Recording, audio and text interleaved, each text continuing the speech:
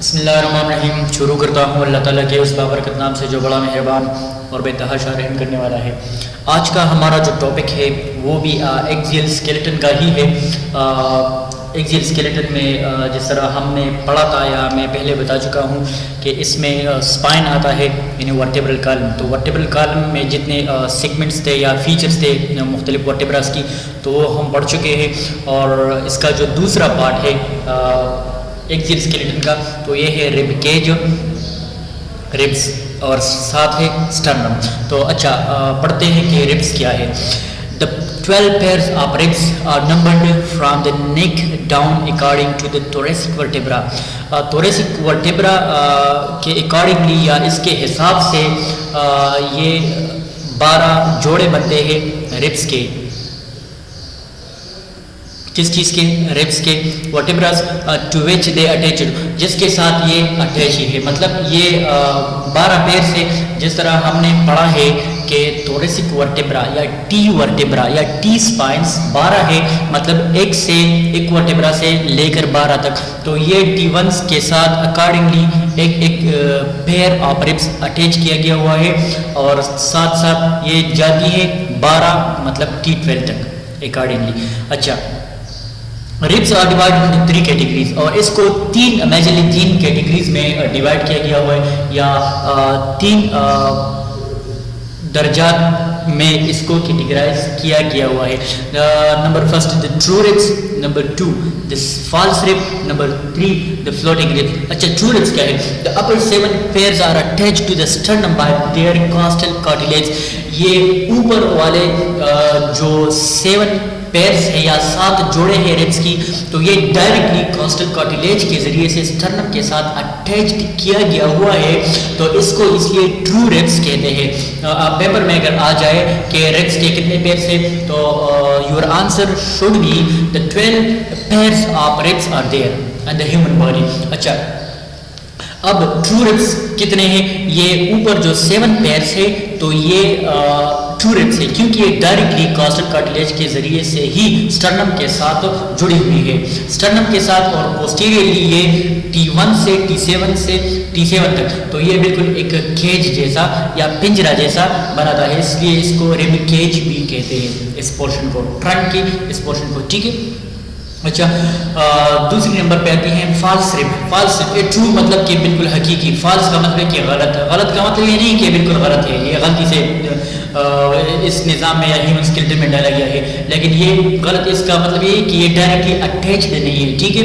The 9th, the 8th, the 9th and the 10th, ये 3 जोड़े जो है या ये 3 पेयर जो है 8, 9 and 10 pairs are attached anteriorly to each other at the 7th and to the 7th rib by the costal cartilage and small synovial joints। ये 8, 9 और 10 जो है ये आपस में एक दूसरे के साथ आगे की तरफ से ये अटैच्ड है एक दूसरे के साथ, और जबकि ये 7 के साथ फिर एक कॉस्टल कार्टिलेज और साइनोवियल जॉइंट के जरिए से ही अटैच है, इसलिए इसको फॉल्स रिब्स कहते हैं क्योंकि ये डायरेक्टली अटैच नहीं है। अच्छा, तीसरी नंबर पे आती है फ्लोटिंग रिब्स। अब फ्लोटिंग रिब्स क्या है? The 11th and 12th pairs have no anterior attachment of 11 और 12 यानी 11वां और दूसरावां जो जोड़ा है रिब्स का, तो इसका डायरेक्टली या इनडायरेक्टली कोई भी अटैचमेंट नहीं है। The typical rib has a head। अच्छा, इसके बाद इसको फिर कैटेगराइज किया गया है, एक है टिपिकल रिब, दूसरा है atypical rib. The typical rib has a head that articulates with the vertebral bodies। Typical rib का एक सिरा होता है जो कि वर्टेब्रल बॉडी के साथ क्या करता है? आर्टिकुलेट करता है, यानी जॉइंट बनाता है। द कास्टोवर्टेब्रल आर्टिकुलेशन, और इस जॉइंट को क्या कहते हैं?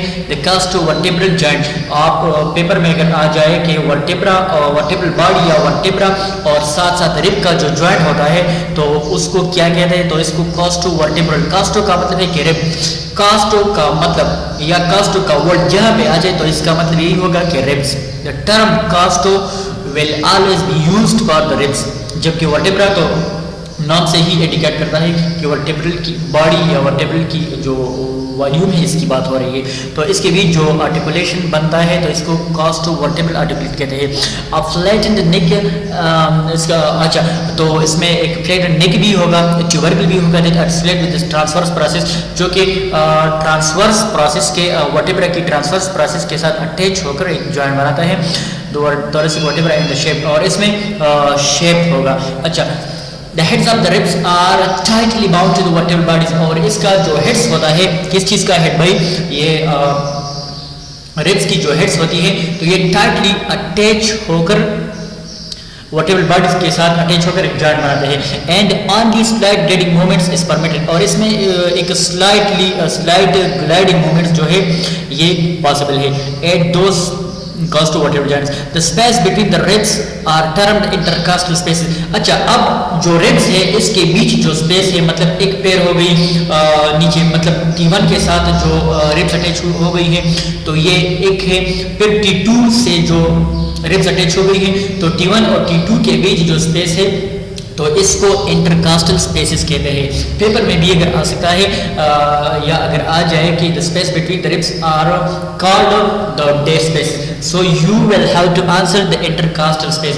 रिब्स के बीच जो ये खाली स्पेस होता है जिसमें नीचे मसल्स होकर अटैच हो जाते हैं तो इसको हम इंटरकास्टल स्पेस कहते हैं। अच्छा, this is the anterior view. ये क्या है, ये एंटीरियर व्यू है ऑफ द थोरैसिक केज। ये थोरैसिक केज है या रिब्स जंक्शन है।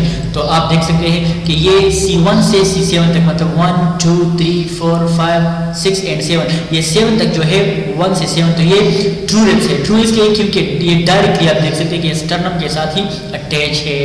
ओके, दूसरा है फॉल्स, 8 to 12, मतलब 8 9 10 ये जो है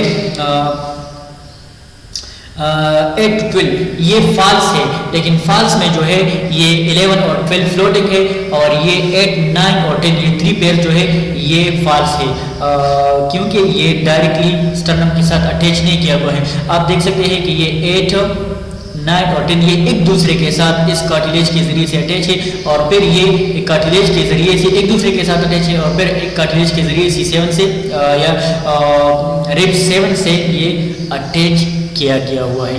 और ये जो 11 और 12 है तो ये है ये फ्लोटिंग रिब्स। आप देख सकते हैं 11 ये कौन सा, ये 11 है, मतलब ये T11 है, ये T12 है। यहाँ से आप इस वर्टेब्रल कॉलम की फीचर्स भी आप देख सकते हैं कि ये मुख्तलिफ होकर जाती है।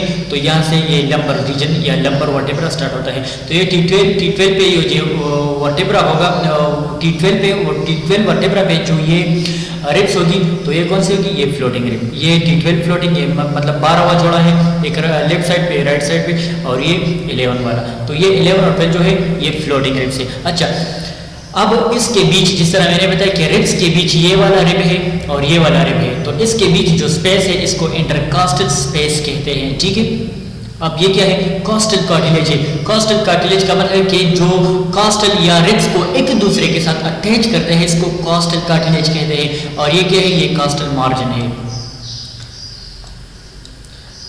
आप देख सकते हैं इसमें। अच्छा, अब स्टर्नम की बात करते हैं। ये जगुलर नॉच है, जगुलर नॉच। और ये क्या है, ये क्लेविकुलर नॉच है, मतलब क्लेविकल के साथ है तो ये क्लेविकुलर नॉच है। ये मेनुब्रियम है, ये क्या है, ये तो पूरा स्टर्नम है। स्टर्नम के फिर 3 पार्ट्स है, अब हम आगे जाकर पढ़ेंगे। ये क्या है, फर्स्ट वाला जो प्रोसेस होता है या सेगमेंट होता है ये वाला, तो ये क्या है, ये मेनुब्रियम है। क्या है, मेनुब्रियम। दूसरा है body of the sternum.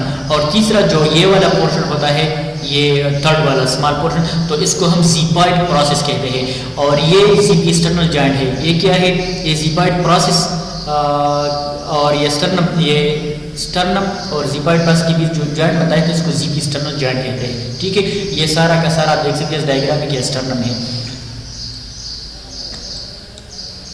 Okay, अब डायफ्राम क्या है, what is the diaphragm. Diaphragm भी एक थोरेसिक केज में एक प्रोटेक्टिव लेयर भी हम इसको कह सकते हैं, या डिविजनल लेयर भी हम इसको कह सकते हैं, क्योंकि ये थोरेसिक और एब्डामेन को डिफरेंशिएट करता है। ये एब्डामेन का कंटेंट्स एब्डामेन में ही रखता है कि ये मतलब उठते बैठते या कहीं हम घूमते फिरते ये इसका जो कंटेंट्स है एब्डामेन का ये थोरेसिक केज में या थोरेसिक पोर्शन में ना चला जाए या थोरेसिक के जो कंटेंट्स है या नीचे ना जाए। तो ये एक प्रोटेक्टिव लेयर भी है साथ साथ और एक डिविजनल लेयर भी है। मतलब इसके ऊपर जो रीजन है डायफ्राम के ऊपर तो ये थोरेसिक केज है या थोरेसिक कैविटी है और जो नीचे है ये एब्डोमिनल कैविटी है। अच्छा, diaphragm is a major muscle of respiration that separates the thoracic and abdominal cavity. जिस तरह भी हमने पढ़ा कि ये डायफ्राम एक मेजर मसल है या एक शीट है ऑफ रिस्पायरेशन जो कि रिस्पायरेशन सिस्टम का भी एक बुनियादी क्या है बुनियादी चीज़ है, बुनियादी अवामिल में से एक है और साथ साथ ये सेपरेट करता है थोरेसिक और एब्डोमिनल कैविटीज को। In an average adult in the erect position, एक एवरेज या नॉर्मल एडल्ट की हम अगर बात करें कौन सी पोजीशन में, एरेक्ट या स्टैंडिंग पोजीशन में, the right side of the diaphragm arch posteriorly, इसका जो ये राइट साइड होता है, right side dome of the diaphragm arch posteriorly from the level of 6 to 7 costal cartilage. ये 6 to 7 कॉस्टल कार्टिलेज पे ही ये होता है। कौन सा वाला side? Right side of the 10 thoracic vertebra और साथ साथ 9 और 10 थोरेसिक वर्टेब्रा पे होता है। The left side of the diaphragm tends to be about the half and interspace lower than right.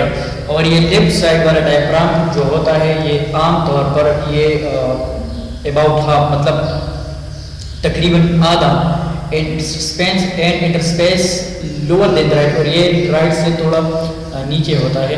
However, in about 10% patient, 10% of the patient, the diaphragms are at the same height or the left.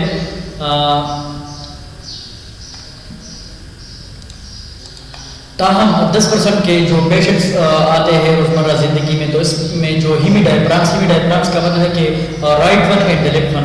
So right one ये एक हीमीडायफ्राम है मतलब half of the diaphragm और ये left one जो है ये दूसरा हीमीडायफ्राम है, half of the diaphragm are the same. तो 10% पेशेंट में ये जो होते हैं ये बिल्कुल सेम हाइट के होते हैं, मतलब इतना डिफरेंशिएट हम नहीं कर सकते।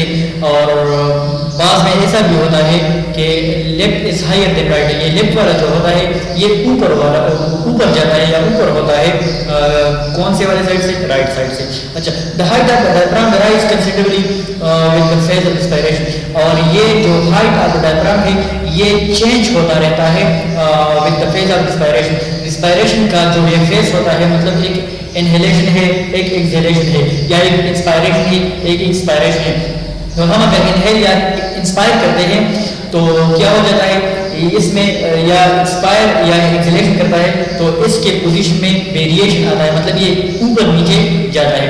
On full inspiration the diaphragm is usually at about the level of the 10th posterior intercostal space.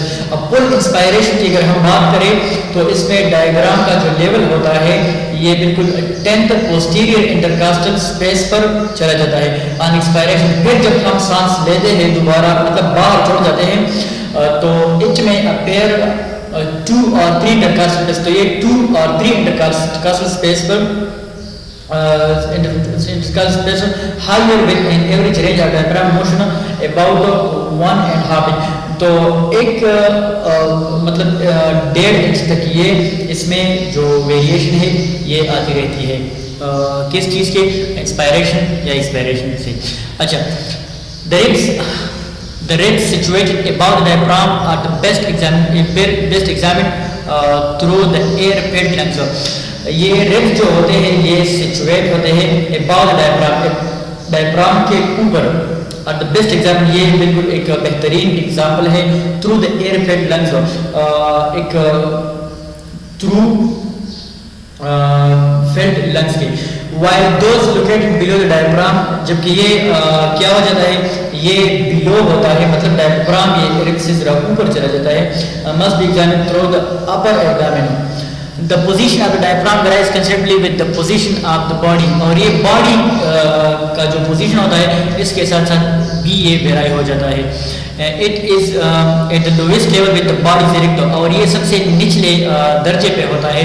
क्या चीज़? ये डायफ्राम। जब बंदा खड़ा हो जाता है, बिल्कुल इरेक्ट हो जाता है, and it's height level with the body supine, और जब कोई बंदा लेट जाता है, सो जाता है या सुपाइनली ये इसका पोजीशन हम बनाते हैं, तो इसका डायफ्राम जो है ये बिल्कुल ऊपर चला जाता है। Therefore, it is best to radiograph the ribs above the diaphragm with the patient erect position. तो इसलिए यही वजह भी है कि हम अगर कोई चेस्ट या एब्डोमेन एरेक्ट रेडियोग्राफ प्रिपेयर करवाते हैं, तो हम क्या करते हैं, हम इसका पेशेंट को लाकर खड़ा कर देते हैं PA या एक पोजीशन में, कि बंदा या पेशेंट खड़ा हो जाए, तो इसका डायफ्राम जो है ये निचली सतह पे आ जाता है।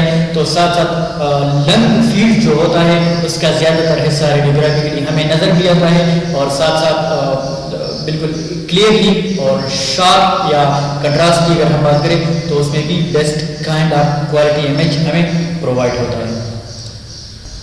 ओके, इस डायग्राम में आप देख सकते हैं, I have taken it from your book. तो ये क्या है? ये रिब केज है, और according to the rib cage इसको ये यूं शेप दिया गया हुआ है। The diaphragm is shaped like the parachute, और इसका जो ये शेप है या स्ट्रक्चर है, तो ये लाइक द पैराशूट है। ये लेफ्ट हेमी डायफ्राम है इस साइड पे, ये राइट हेमी डायफ्राम है, आप देख सकते हैं। तो बास पेशेंट्स में ये 10%, जिस तरह हमने अभी बुक में पढ़ा कि 10% पेशेंट जो होते हैं इसमें इसका हाइट जो है बिल्कुल तकरीबन सेम के सेम होता है, और बास पेशेंट्स में इसका राइट हेमी डायफ्राम ऊपर होता है, और बास पेशेंट में ये लेफ्ट वाला डायफ्राम इस साइड से थोड़ा ऊपर होता है। ओके, नेक्स्ट टॉपिक जो है ये क्या है? ये है थोरेसिक। थोरेसिक और थोरिक्स। थोरिक्स भी हम इसको कहते हैं, और थोरेसिक कैविटी भी हम इसको कह सकते हैं। The bony thorax is formed by the sternum. ये थोरिक्स जो है ये किस चीज से मिलकर बनी हुई है? The bony thorax is formed by the sternum anteriorly. इसका जो एंटीरियर पार्ट है या हिस्सा है या सेगमेंट है, तो ये स्टर्नम से बना हुआ है। द 12 thoracic vertebra, मतलब द 12 thoracic vertebra posteriorly, पीछे से ये 12 thoracic vertebra से, and the 12 pairs are apparent, और इर्द मतलब बाई साइड ये रिब्स के 12 जोड़ों से ही मिलकर बना हुआ है। इट हैज कॉनिकल कन्फिगरेशन, और इसका जो कन्फिगरेशन है या शक्ल है ये बिल्कुल कॉनिकल है, मतलब कॉन लाइक स्ट्रक्चर है। नेरोअर अबाव, ऊपर जो है ये बिल्कुल अबाव है, देन बिलो, और नीचे जो है narrower above than below, cone like structure है। और ये ऊपर वाला इसका जो पोर्शन है नेरो है और नेरोअर है, और ये जो नीचे है तो ये थोड़ा ब्रॉड है, मतलब वाइड है। And serves to protect the lungs, heart and the great vessels. और इसका क्या काम क्या है? इसका काम यही है टू प्रोटेक्ट द लंग्स, के मतलब लंग्स को ये प्रोटेक्ट कर सके, हार्ट को प्रोटेक्ट कर सके, और ग्रेट वेसल्स। ग्रेट वेसल्स का मतलब है कि आर्टरीज है, एओर्टा है, और बहुत सारे वेन्स है। तो ये थोरिक्स को हम थोरेसिक केज भी कह सकते हैं, या रिब केज भी कह सकते हैं। तो ये इन सारी चीज़ों को ये प्रोटेक्ट कर सकता है, क्योंकि ये सारे वाइटल ऑर्गन्स है। क्योंकि अगर लंग्स को कोई चोट ना लगे या हार्ट को कोई चोट ना लगे, तो ये सारी चीज़ें क्या है? ये वाइटल ऑर्गन्स है। अब स्टर्नम क्या है? जिस तरह हमने बताया कि ये इसका जो एंटीरियर पार्ट है किस चीज़ का? थोरेसिक केज का। तो यही है sternum. Sternum bone is a narrow. Sternum का बोन जो होता है बिल्कुल नेरो, मतलब ये पतला है, फ्लैट बोन है, फ्लैट है बिल्कुल। दैट सपोर्ट्स द क्लेविकल, जो कि ये क्लेविकल को भी सपोर्ट करता है इन इट्स अपर पोर्शन में, and is attached to the costal cartilage of the first 7 pairs of the ribs its and its lateral border. जिस तरह हमने बताया कि ये साथ ये रिब केज को या रिब पेयर्स को ये कनेक्ट करता है किस चीज़ के साथ? वर्टेब्रल बॉडी से, मतलब एक गिर पीछे पोस्टीरियरली वर्टेब्रल बॉडी के साथ ये कनेक्ट हो जाते हैं, और आगे से या एंटीरियरली किस चीज़ के साथ? एंटीरियरली ये स्टर्नम के साथ। The sternum is divide in 3 parts, और इसके 3 हिस्से हैं, जिस तरह मैंने पिछले डायग्राम में आप लोगों को दिखाया। तो कौन कौन से है वो? स्टर्नम है, स्टर्नम के फिर 3 पार्ट्स है।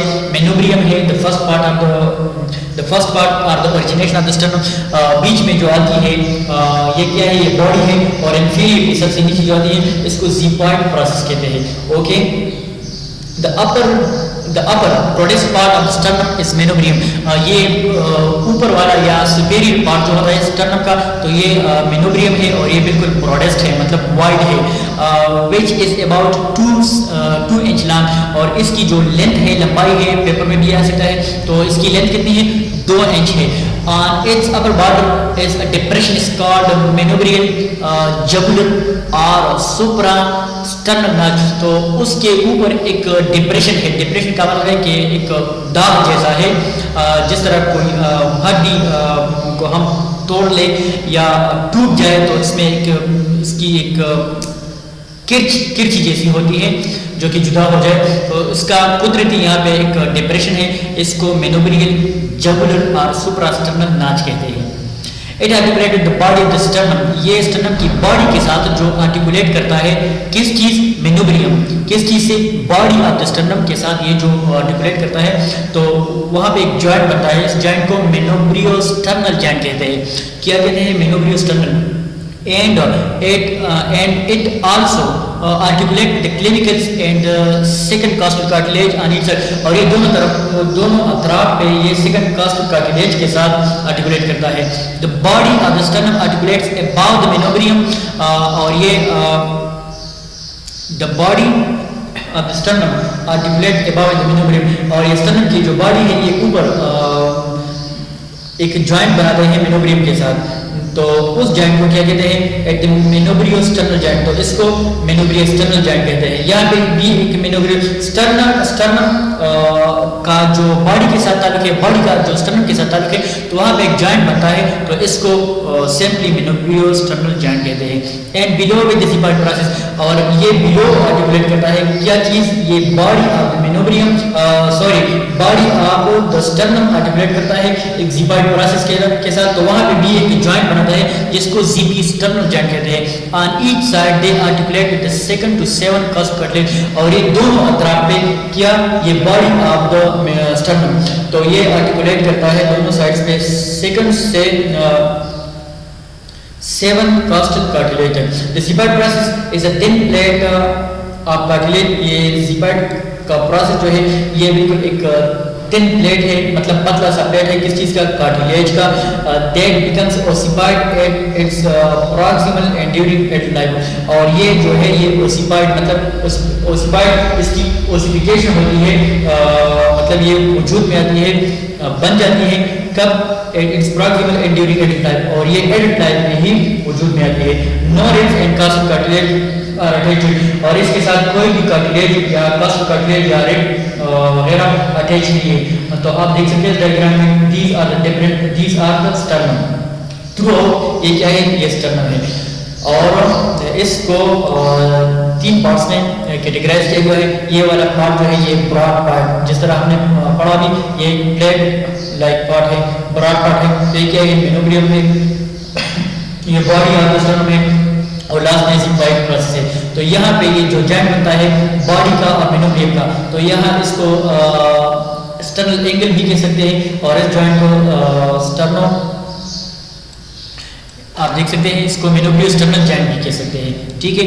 अच्छा, ये क्लेविकुलर नाच है, जहाँ पे ये रेक्स अटैच हो जाता है, क्लेविकुलर नाच है, और ये क्या है, ये जगुलर नाच है, इस डिप्रेशन को, मतलब यहाँ पे आप ये देखते हैं कि कुदरती डिप्रेशन सा है, तो ये जगुलर नाच है, ये स्टर्नल एंगल है, बॉडी है, ज़िगॉइड प्रोसेस है। ओके, अब तक के इतना ही, अपना बहुत सारा ख्याल रखिएगा, अल्लाह ने कहबान।